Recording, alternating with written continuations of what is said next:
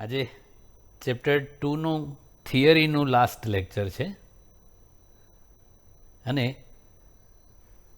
Last time આપણે ધ્રુવીય અને અધ્રુવીય ડાયઇલેક્ટ્રિક પદાર્થોની વાત કરેલી કે ધ્રુવીય ડાયઇલેક્ટ્રિકનો મતલબ વિદ્યુત અવાહક થાય અને ધ્રુવીય ડાયઇલેક્ટ્રિક પદાર્થો એટલે જે પદાર્થના અણુઓને પોતાની કાયમી વિદ્યુત ડાયપોલ મોમેન્ટ હોય એને ધ્રુવીય ડાયઇલેક્ટ્રિક કહેવાય અને જે પદાર્થના અણુઓને કાયમી વિદ્યુત ડાયપોલ મોમેન્ટ ના હોય એને અધ્રુવીય ડાયઇલેક્ટ્રિક પદાર્થ કહેવાય છે. તો આવા પદાર્થોને આપણે જ્યારે બાહ્ય વિદ્યુત ક્ષેત્રમાં મૂકીએ તો એમાં ડાયપોલ મોમેન્ટ કેવી રીતે પ્રેરિત થાય છે એની સમજૂતી આપવાની છે અને પછી ધ્રુવીય ડાયઇલેક્ટ્રિક પદાર્થો નોર્મલી વપરાતા હોય છે. તો એ ધ્રુવીય ડાયઇલેક્ટ્રિક પદાર્થ છે એને આપણે બાહ્ય વિદ્યુત ક્ષેત્રમાં મૂકીએ તો અંદરના ભાગમાં વિદ્યુત ક્ષેત્રમાં કેવો ફેરફાર થાય છે એની સમજૂતી આપવાની છે. તો સૌથી પહેલાં આપણે અધ્રુવીય ડાયઇલેક્ટ્રિક માટે વાત કરીએ. તો અધ્રુવીય ડાયઇલેક્ટ્રિક પદાર્થો હોય તો એને પોતાની કોઈ ડાયપોલ મોમેન્ટ ના હોય. એટલે બીજી ભાષામાં કહીએ તો એ જે અણુઓ છે એના ધન અને ઋણ વિદ્યુતભારના કેન્દ્રો એક જ બિંદુએ સંપાત થયેલા હોય તો એમાં કોઈ ડાયપોલ રચાયેલો ન હોય. પણ જ્યારે એને આપણે કોઈ બાહ્ય વિદ્યુત ક્ષેત્રમાં મૂકીએ તો આ જે ઋણ વિદ્યુત ભારો છે એની ઉપર વિદ્યુત ક્ષેત્રની વિરુદ્ધ દિશામાં બળ લાગે અને ધન વિદ્યુત ધ્રુવો છે એની પર વિદ્યુત ક્ષેત્રની દિશામાં બળ લાગે. એટલે એ ધન અને ઋણ વિદ્યુત ભારના કેન્દ્રો આ રીતે એકબીજાથી સહેજ દૂર જાય તો આ તો ડાયપોલ રચાયો કહેવાય ને. એટલે કે એમાં ડાયપોલ મોમેન્ટ પ્રેરિત થઈ કહેવાય અને આ રીતે આ અધ્રુવીય ડાયઇલેક્ટ્રિક પદાર્થ છે બાહ્ય વિદ્યુત ક્ષેત્રની હાજરીમાં પોલરાઇઝ્ડ થયો એટલે કે ધ્રુવીબદ્ધ થયો એવું કહેવાય. ટૂંકમાં બાહ્ય વિદ્યુત ક્ષેત્ર ન હોય ત્યારે એના અણુઓને પોતાની કોઈ વિદ્યુત ડાયપોલ મોમેન્ટ ના હોય અને બાહ્ય વિદ્યુત ક્ષેત્રમાં મૂકીએ એટલે એમાં ડાયપોલ મોમેન્ટ પ્રેરિત થાય છે. ઓકે, આ અધ્રુવીય ડાયઇલેક્ટ્રિક પદાર્થની વાત થઈ. હવે ધ્રુવીય ડાયઇલેક્ટ્રિક પદાર્થની વાત કરવાની છે. તો ધ્રુવીય ડાયઇલેક્ટ્રિક પદાર્થો હોય એને તો પોતાની કાયમી વિદ્યુત ડાયપોલ મોમેન્ટ હોય જ છે. પણ એ જે વિદ્યુત ડાયપોલ્સ હોય આખા પદાર્થના અંદર એ બધા ઉષ્મીય ગતિને લીધે એકબીજાથી અસ્તવ્યસ્ત ગોઠવાયેલા હોય છે. એટલે કોઈ આમ હોય કોઈ આમ આમ આમ અસ્તવ્યસ્ત ગોઠવાયેલા હોય એટલે આખું જે ડાયઇલેક્ટ્રિક પદાર્થ હોય એની ટોટલ ડાયપોલ મોમેન્ટ 0 થઈ જાય છે. દરેક અણુની વ્યક્તિગત ડાયપોલ મોમેન્ટ હોય પણ એ બધાનો આપણે સદિશ સરવાળો કરીએ એ બધી ડાયપોલ મોમેન્ટોનો તો એ 0 થઈ જાય છે. પણ એને બાહ્ય વિદ્યુત ક્ષેત્રમાં મૂકીએ તો શું થાય એ જોઈએ. હવે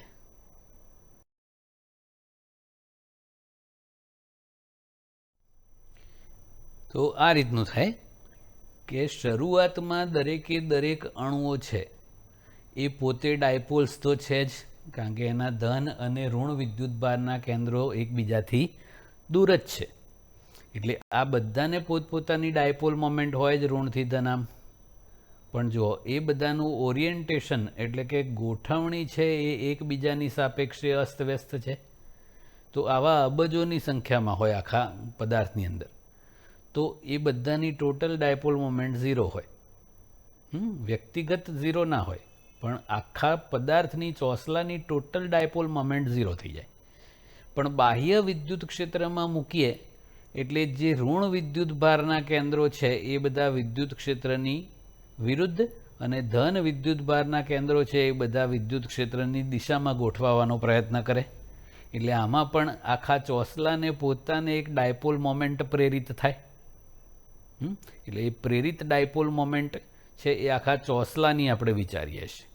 તો આ રીતે વિદ્યુત ક્ષેત્રને આમ સમાંતર ડાયપોલ્સ ગોઠવાવા લાગે. એકચ્યુઅલી બે વસ્તુઓ થતી હોય છે. આપણે જે બાહ્ય વિદ્યુત ક્ષેત્ર લગાડ્યું એ ડાયપોલ્સને વિદ્યુત ક્ષેત્રને સમાંતર ગોઠવવાનો પ્રયત્ન કરે, એલાઇનમેન્ટ ઇફેક્ટ કહેવાય છે. અને બીજું ઉષ્મીય દોલનોને લીધે એ પાછા અસ્તવ્યસ્ત થવાનો પ્રયત્ન કરે, તો એ રેન્ડમાઇઝિંગ ઇફેક્ટ કહેવાય છે. તો એ ઉષ્મીય દોલનોની જે ઉર્જા છે એ એને અસ્તવ્યસ્ત કરે અને વિદ્યુત ક્ષેત્રની જે સ્થિતિ ઉર્જા છે એ એને ગોઠવવાનું કામ કરે. પણ જો થોડુંક પ્રબળ વિદ્યુત ક્ષેત્ર હોય સામાન્ય જ, તો એ બધા મોટે ભાગે સમાંતર ગોઠવાતા હોય છે. અને આ રીતે આ જે ડાયઇલેક્ટ્રિક પદાર્થ છે એનું આખું જે ચોસલું હોય એ પોતે ધ્રુવીભૂત થઈ જાય છે. ઓકે, અને આખા ચોસલાને પોતાની કોઈક ડાયપોલ મોમેન્ટ બની જાય છે, જે આ દરેકની ડાયપોલ મોમેન્ટોના સદિશ સરવાળા જેટલી થાય. હવે એ તો આખા ચોસલાની ટોટલ ડાયપોલ મોમેન્ટની વાત કરી.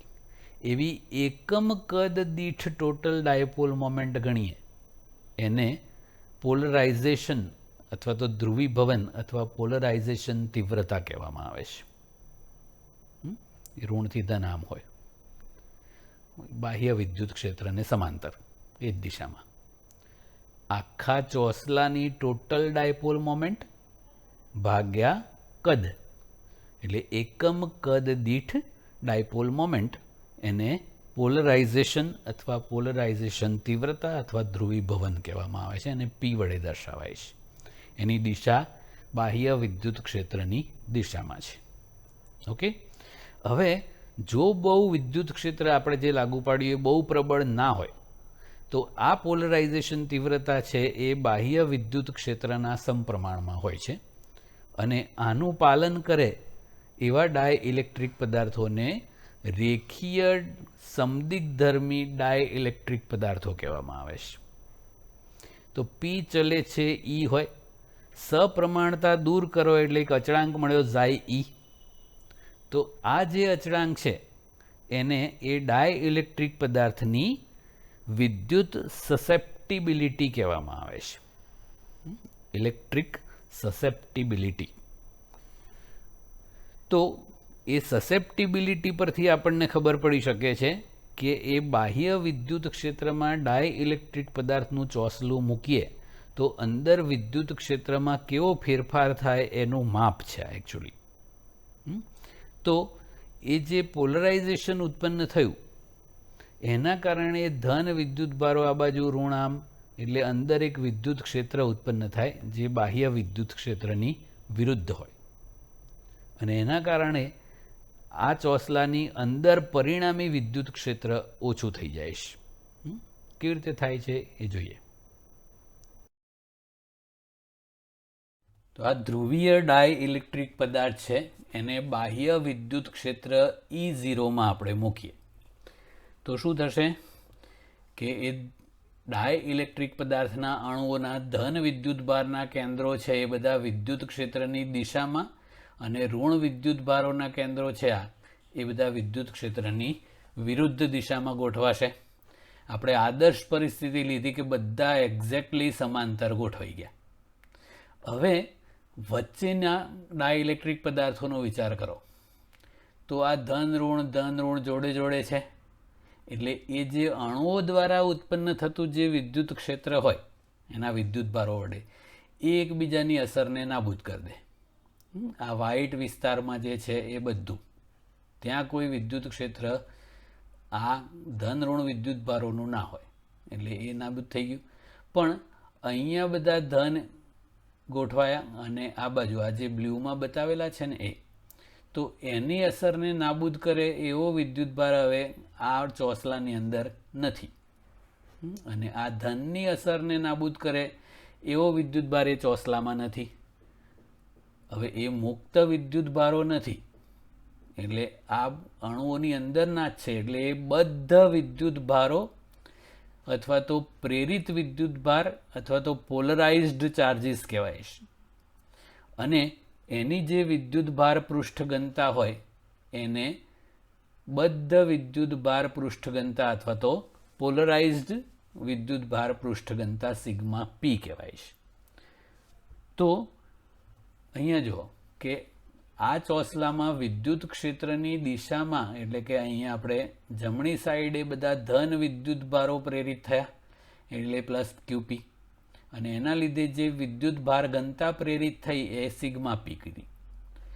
એ જ રીતે ડાબી બાજુ બધા ઋણબદ્ધ વિદ્યુત ભારો એકઠા થયા માઇનસ ક્યુપી, અને એની પૃષ્ઠ ઘનતા છે એ માઇનસ સિગ્મા પી કરી. તો આ જે આ બાજુના બદ્ધ ધન વિદ્યુત ભારો અને આ બાજુના બદ્ધ ઋણ વિદ્યુત ભારો છે એ ધનથી ઋણ અંદર આમ વિદ્યુત ક્ષેત્ર ઉત્પન્ન કરશે. જો આ ગ્રીન બતાવ્યું એવું બાહ્ય વિદ્યુત ક્ષેત્રની વિરુદ્ધ દિશામાં. પણ એ બદ્ધ વિદ્યુત ભારોએ ઉત્પન્ન કરેલું વિદ્યુત ક્ષેત્ર હોય એ આ બાહ્ય વિદ્યુત ક્ષેત્ર કરતાં ઘણું ઓછું હોય, કારણ કે આમની સંખ્યા એટલી બધી ના હોય, પણ હોય એટલે એ વિરુદ્ધ દિશામાં આંતરિક વિદ્યુત ક્ષેત્ર ઉત્પન્ન કરે જે બાહ્ય વિદ્યુત ક્ષેત્રની વિરુદ્ધ છે. એટલે ચોસલાની અંદર ટોટલ વિદ્યુત ક્ષેત્ર આપણે ગણીએ તો એ લાગુ પડેલું બાહ્ય વિદ્યુત ક્ષેત્ર માઇનસ આંતરિક વિદ્યુત ક્ષેત્ર જેટલું થઈ જાય, એટલે પહેલાં કરતાં ઘટી જાય છે. તો આપણે શરૂઆતમાં ગયા લેક્ચરમાં કર્યું હતું કે સુવાહક હોય તો અંદર વિદ્યુત ક્ષેત્ર 0 જ થઈ જાય. કેમ કે જેટલું આપણે લાગુ પાડીએ એટલું ને એટલું વિરુદ્ધ દિશામાં ઉત્પન્ન થાય. પણ આવા ડાયઇલેક્ટ્રિક પદાર્થો હોય એમાં બાહ્ય વિદ્યુત ક્ષેત્રની વિરુદ્ધ આવું વિદ્યુત ક્ષેત્ર ઉત્પન્ન થાય, પણ એ બદ્ધ વિદ્યુત ભારોને લીધે થાય જે થોડુંક જ હોય.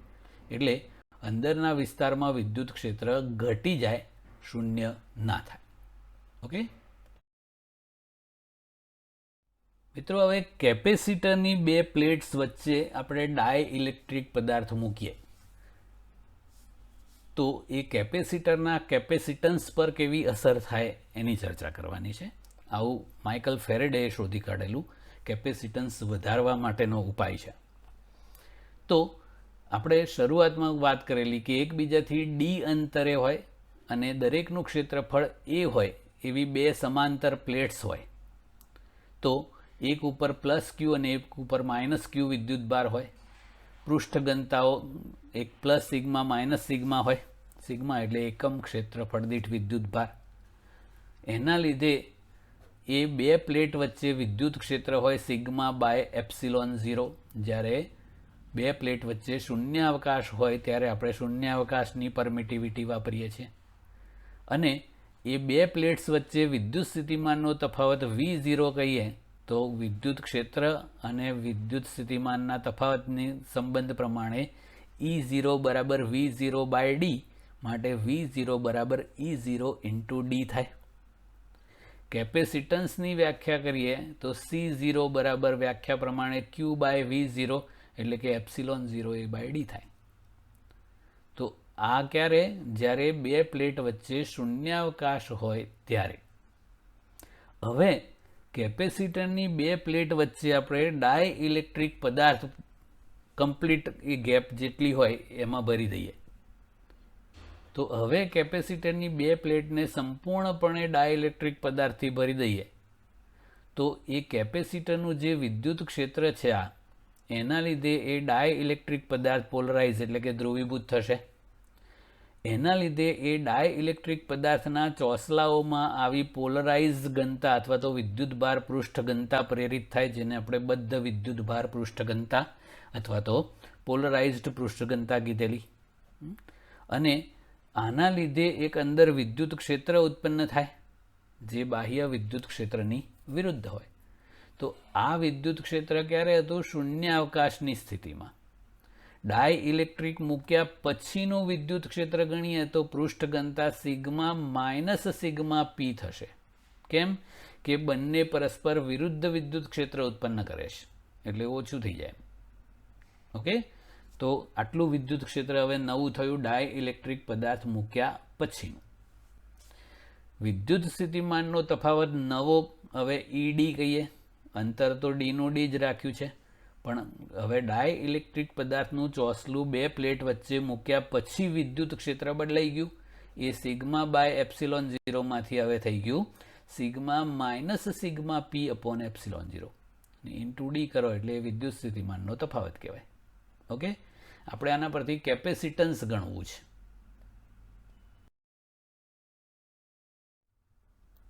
તો મિત્રો અંદર કેટલો એ ચોસલાની અંદર કેટલો વિદ્યુત ભાર પ્રેરિત થશે, એટલે એ પોલરાઇઝ્ડ પૃષ્ઠ ઘનતા સિગ્મા પી કેટલી હશે એ બાહ્ય વિદ્યુત ક્ષેત્ર પર એટલે કે સિગ્મા પર આધારિત હોય છે અને એના સમપ્રમાણમાં જ હોય છે.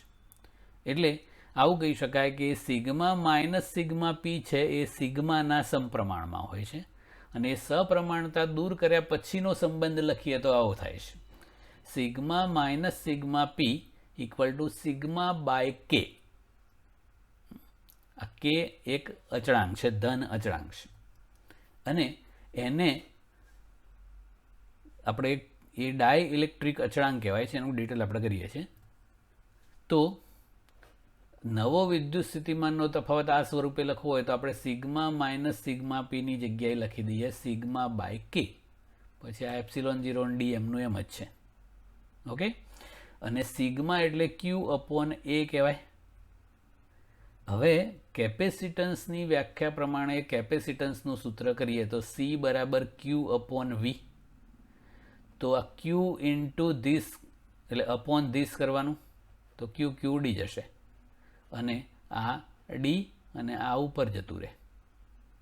ઓકે, હવે અહીંયા આપણે એપ્સિલોન 0 એ બાય ડી છે એ તો જ્યારે કેપેસિટરની બે પ્લેટ વચ્ચે શૂન્યાવકાશ હતો ત્યારનું કેપેસિટન્સ C0 છે.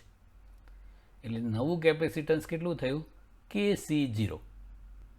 ઓકે, એટલે જ્યારે કેપેસિટરની બે પ્લેટ વચ્ચે શૂન્યાવકાશ હોય ત્યારે કેપેસિટન્સનું મૂલ્ય C0 હોય અને કેપેસિટરની બે પ્લેટ વચ્ચે કોઈ કે ડાય ઇલેક્ટ્રિક અચળાંક ધરાવતો પદાર્થ મૂકવામાં આવે ત્યારે કેપેસિટન્સ કે ઘણું થઈ જાય અને કે C0 થઈ જાય છે. ઓકે, તો એ એપ્સિલોન 0 ઇન્ટુ કે આ જે છે ને એને એપ્સિલોન કહી શકાય. શૂન્યાવકાશ હોય તો એપ્સિલોન 0 એ બાય ડી હતું. હવે માધ્યમની હાજરીમાં એને એપ્સિલોન એ બાય ડી કહેવાય. તો એ આને આપણે એપ્સિલોન નામ આપી દઈએ, એપ્સિલોન 0 ઇન્ટુ કે. ઓકે, તો એ કે છે એને ડાય ઇલેક્ટ્રિક અચળાંક કહેવાય છે, એપ્સિલોન અપોન એપ્સિલોન 0. શૂન્યાવકાશ માટે ડાય ઇલેક્ટ્રિક અચળાંકનું મૂલ્ય 1 હોય છે કારણ કે આ બે સરખી જ હોય. બાકી કોઈ પણ માધ્યમનો આપણે ડાય ઇલેક્ટ્રિક અચળાંક વ્યાખ્યાયિત કરવો હોય, ગુજરાતીમાં એને પરાવૈદ્યુતાંક કહેવાય છે. એક આંકડો છે, સંખ્યા છે, ધન સંખ્યા, એને એકમ ના હોય. તો એ એપ્સિલોન અપોન એપ્સિલોન 0 કહેવાય. શૂન્યાવકાશની સાપેક્ષે આપેલ દ્રવ્યની પરમિટિવિટી એટલે તે દ્રવ્યનો ડાય ઇલેક્ટ્રિક અચળાંક. ઓકે, એટલે આપેલ માધ્યમની પરમિટિવિટી ભાગ્યા શૂન્યાવકાશની પરમિટિવિટી એમ. ઓકે, તો આ રીતે ડાય અને આપણા ચેપ્ટરનો લાસ્ટ ક્વેશ્ચન આપણે કરીએ છીએ. વિદ્યુત સ્થાનાંતર એને ઇલેક્ટ્રિક ડિસ્પ્લેસમેન્ટ કહેવાય છે અથવા ડિસ્પ્લેસમેન્ટ ફિલ્ડ વ્યાખ્યાયિત કરવાનું છે. પરીક્ષાની દ્રષ્ટિએ આ એટલો બધો ઇમ્પોર્ટન્ટ ક્વેશ્ચન નથી.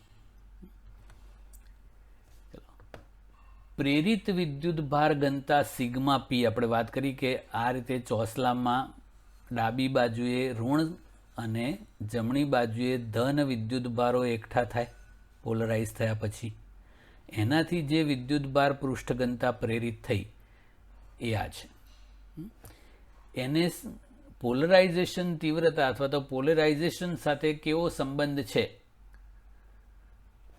એના પરથી આપણે આ સી અપોન C0 બરાબર કે અથવા તો સી બરાબર કે ઇન્ટુ C0 વ્યાખ્યાયિત કર્યું.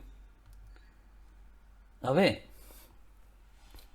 આપણે આ જે બદ્ધ વિદ્યુત ભાર ઘનતા છે અથવા તો પોલરાઇઝ્ડ વિદ્યુત ભાર ઘનતા સિગ્મા પી એ આ પોલરાઇઝેશન તીવ્રતા પી જેટલી જ હોય છે એવું અત્યારે આપણે સ્વીકારી લેવાનું છે.